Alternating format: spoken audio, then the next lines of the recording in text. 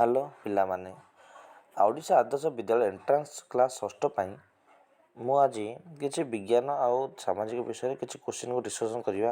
ଏଇ ପ୍ରଶ୍ନ ଗୁଡ଼ାକ ଆମର 2020 ମସିହାରେ ପଡ଼ିଥିଲା।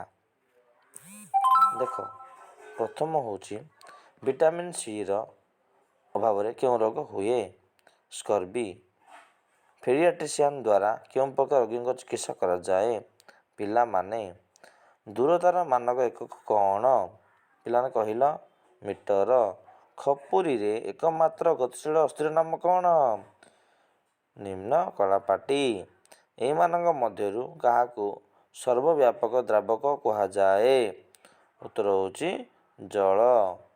ନିମ୍ନତ ମଧ୍ୟରୁ କେଉଁ ଗ୍ୟାସ୍ ନିଆଁ ଲିଭାଇବା ପାଇଁ ବ୍ୟବହାର କରାଯାଏ? ଅଙ୍ଗାରକାମ୍ଳ। ଗଛର କେଉଁ ଅଂଶ ଖାଦ୍ୟ ପ୍ରସ୍ତୁତ କରେ? ତୁମେ ପିଲାମାନେ ଜାଣିଛ ଆଗରୁ ଏଇଟା ପତ୍ର। ଏମାନଙ୍କ ମଧ୍ୟରୁ କେଉଁଟା ଜାତୀୟ ବିପତ୍ତି ନୁହେଁ? ବସ୍ ଦୁର୍ଘଟଣା। ବାଷ୍ପରୁ ଜଳ ହେବା ପଦ୍ଧତିକୁ କ'ଣ କୁହାଯାଏ? ଘନୀକରଣ।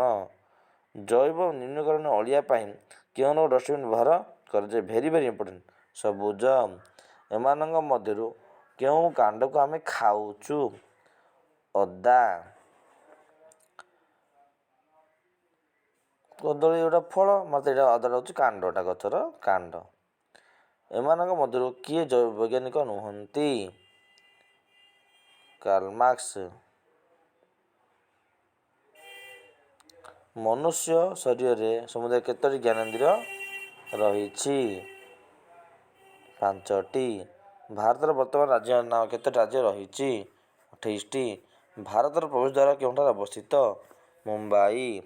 କାହାକୁ ଦ୍ୱୀପ ମହାଦେଶ କୁହାଯାଏ? ଅଷ୍ଟ୍ରେଲିଆ। ଶେଷ ହେଉନଥିବା ଶକ୍ତି ଉତ୍ସ କେଉଁଠି ଅଟେ? ସୌର ଶକ୍ତି। କଥାକଲି ନୃତ୍ୟ ପାଇଁ କେଉଁ ରାଜ୍ୟ ପ୍ରସିଦ୍ଧ? କେରଳ। ଭାରତ ସଂସଦରେ କେତୋଟି ଗୃହ ରହିଛି? 2ଟି। ସୌରଜଗତରେ ସବୁଠାରୁ ଛୋଟ ଗ୍ରହର ନାମ କ'ଣ? ବୁଧ। ବାନ୍ଦିପୁର ଜାତୀୟ ଉଦ୍ୟାନ କେଉଁ ରାଜ୍ୟରେ ଅବସ୍ଥିତ? କର୍ଣ୍ଣାଟକ। ଭାରତୀୟ ସମ୍ବିଧାନ ଜନକ କାହାକୁ କହନ୍ତି? ଡକ୍ଟର ବି.ଆର୍. ଆମ୍ବେଦକର। ଅଶୋକ ଚକ୍ରରେ କେତୋଟି ଅର ଅଛି? 24ଟି। ଆରାମ ହାରାମ ଅଟେ କଥା କିଏ କହିଥିଲେ? ମହାତ୍ମା ଗାନ୍ଧୀ। ହୃଦୟର ଗତି ଜାଣିବା ପାଇଁ ଏମାନଙ୍କ ମଧ୍ୟରୁ କେଉଁ ଯନ୍ତ୍ର ବ୍ୟବହାର କରାଯାଏ? ଇସିଜି। ଆମେ ଶିକ୍ଷକ ଦିବସ କେବେ ପାଳନ କରିଥାଉ? ସେପ୍ଟେମ୍ବର 5। ଏଗୁଡ଼ା ତୁମେ ଅଭ୍ୟାସ କର, ପରୀକ୍ଷାରେ ଭେରି ଇମ୍ପୋର୍ଟାଣ୍ଟ ହେଉଛି। ଧନ୍ୟବାଦ।